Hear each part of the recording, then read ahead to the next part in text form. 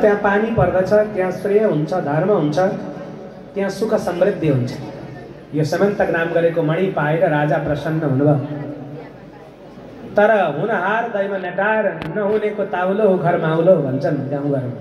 तपाईँले सुन्नुभएको छ नि, हजुरबा हजुरआमाले उखान भन्नुहुन्छ, नहुनेको ताउलो उखर माउलो भन्नु। सत्राजितलाई त्यस्तै भएछ, मणि भेटाएपछि कसलाई देखाउँ कसलाई देखाउँ त्यस्तो। गलामा मणि बाँधेर भगवान कृष्णको सभामा गएछ। सबैले भने भगवान सूर्य आउनुभयो, सूर्य नारायण आउनुभयो, त्यस्तो प्रकाश छ। कृष्णले भन्नुभयो होइन होइन, यी सूर्य होइन, यी त सत्राजित हो। मणि लगाएर आएका कारण यो स्यमन्तक मणिको प्रकाश हो। मणिको महिमा भगवानले गाइदिनु भयो, यो मणि यस्तो छ भनेर। केही समय पश्चात सत्राजितका भाइको नाम प्रसेन हो। प्रसेनले दाजुको मणि गलामा लगाएर जङ्गलमा शिकार गर्न गएछ। डरलाग्दो सिंहसँग लडाईँ भयो जङ्गलमा। सिंहले मारिदियो प्रसेनलाई र मणि लिएर गयो। यो मणि लिएर जाँदै गरेको सिंहलाई जाम्बवानले भेट्नुभयो। जाम्बवानले युद्ध लडेर सिंहलाई मारिदिनु भयो र मणि लिएर जानुभयो। विशाल गुफामा लिएर गएर जाम्बवानले मणि आफ्नी छोरीलाई खेलाउन दिनुभयो, जसको नाम हो जाम्बवती। यता द्वारकावतीमा हल्ला भयो, कृष्णले मणि चोरे। हेर्नुहोस्, भगवान श्रीकृष्णलाई पनि कहिलेकाहीँ दोष लाग्दो रहेछ। असल कर्म गर्ने व्यक्तिहरूलाई पनि कहिलेकाहीँ दोष लाग्छ। समाजले दोष लाग्यो भन्दैमा असल कर्म छोड्नु हुँदैन, निरन्तर गरिरहनु। मान्छेले त के भन्छ के भन्दैन प्रियजन। कसैले राम्रो भन्छ, कसैले नराम्रो भन्छ, कसैले असल भन्छ। कसले के भन्नु होइन, मैले के गर्नुपर्ने हो भन्ने कहिले नबिर्सिनु। मान्छे त कहिले कसैलाई राम्रो भन्न चाहँदैन नि प्रियजन। सुन्नु, असल कर्ममा निरन्तर लागिरहनु, आफ्नो निर्णय आफै गर्नु। सबैको कुरा सुनिदिनु, राम्रा छन् भने, तर आफ्नो मनले जे भन्छ त्यो असल काम गर्नु प्रियजन। पनि कलङ्क लाग्यो, तर आकाशतिर फर्केर थुकियो भने छिटा मुखमा पर्दछ। सन्त साधुहरूलाई जसले आक्षेप गर्छ उसले कालान्तरमा दुःख पाउँछ। सज्जनलाई वचन कहिल्यै नलाउनु, त्यो वचन फर्केर आफैलाई वेदन गर्दछ। त्यसकारण कसैले कसैलाई नमिठो नभन्नु, वचनले आफैलाई भारी पर्छ। वचन राम्रो कुरो होइन। मान्छे छोराछोरीलाई गाली गरेको सुन्छु म, कोही कोही मान्छे शत्रुहरूलाई पनि गाली गर्नु, नराम्रो नमिठो वचन सुनिन्छ। यस्तो वचन कहिले पनि प्रयोग नगर्नु। सन्तानलाई त अझै गर्दै नगर्नु, छोराछोरीहरूलाई।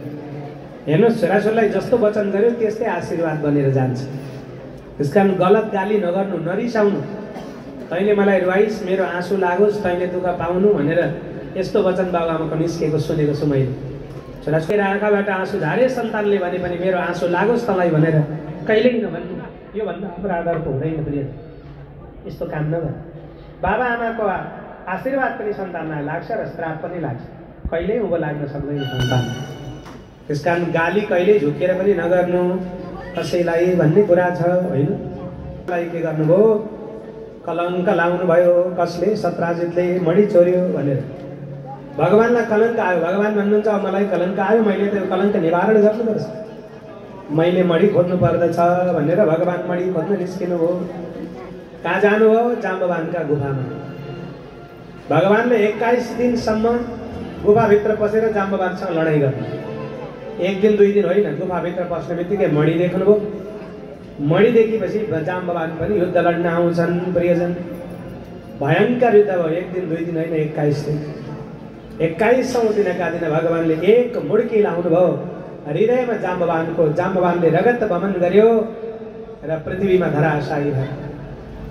आज जाम्बवानले चिने भगवान तपाईँ राम हुनुहुँदो रहेछ।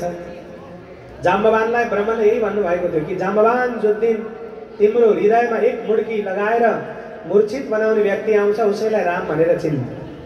द्वापरयुगको अन्तमा तिमीले रामसँग दर्शन गर्नेछौ, उनै राम हुन्।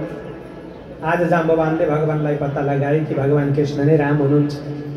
चरण पर्नुभयो जाम्बवान, प्रभु क्षमा गर्नुहोस्, तपाईँ जगतका स्वामी हुनुहुन्छ, रक्षा गर्नुहोस् भन्नुभयो। हे राम भन्नुभयो, तपाईँ राम हुनुहुन्छ। आज जाम्बवानलाई आशीर्वाद दिनु भगवानले। जाम्बवान, तिमीले मलाई चिन्यौ, म राम नै हो, कृष्ण भएर द्वापरयुगमा आएको छु। त्यसकारण जाम्बवान, यो मणि मलाई देऊ, यो सत्राजितलाई फर्काउनुपर्छ। जाम्बवानले तुरुन्तै मणि मात्र कहाँ हो र प्रियजन, आफ्नै छोरी पनि दिनुभयो, जसको नाम हो जाम्बवती। जाम्बवती पार्वती शक्ति हुनुहुन्छ। भगवानले 8 पटरानीहरूसँग विवाह गर्नुभएको छ। वस्तु त उहाँले विवाह नै गर्नु भएन, भगवानले आफ्ना शक्तिहरूलाई स्वीकार गरिबक्सनु भयो। कृष्णले कहिल्यै विवाह गर्नु भएन।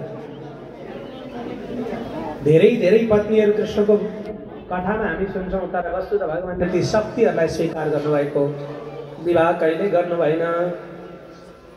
जाम्बवतीलाई लिएर भगवान आउनुहुन्छ। प्रियजन, मणि ल्याएर सत्राजितलाई दिनुभयो। महाराज तपाईँको मणि दिनुहोस्।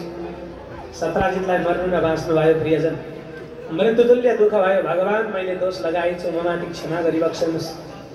मैले जानिनँ, ममाथि क्षमा गरिबक्सनुहोस्। अन्ततोगत सत्राजितले आफ्नी छोरी दिए, जसको नाम हो सत्यभामा। भगवान श्रीकृष्णलाई आफ्नी छोरी प्रदान गरे, सत्यभामा। प्रियजन, र मणि पनि दिँदै थिए। भगवानले भन्नुभयो, मणि चाहिँदैन, मणि तिमी नै राख, यो मणि मलाई आवश्यक छैन। मणि भगवानले फर्काइदिनु भयो। भागवत प्रेमी सज्जन, र सत्यभामासँग भगवानले विवाह गर्नुभयो भन्ने कथा सुखदेव स्वामीले परीक्षितलाई स्मरण गराउनुभयो। र कुनै समयको कुरा हो, भगवानले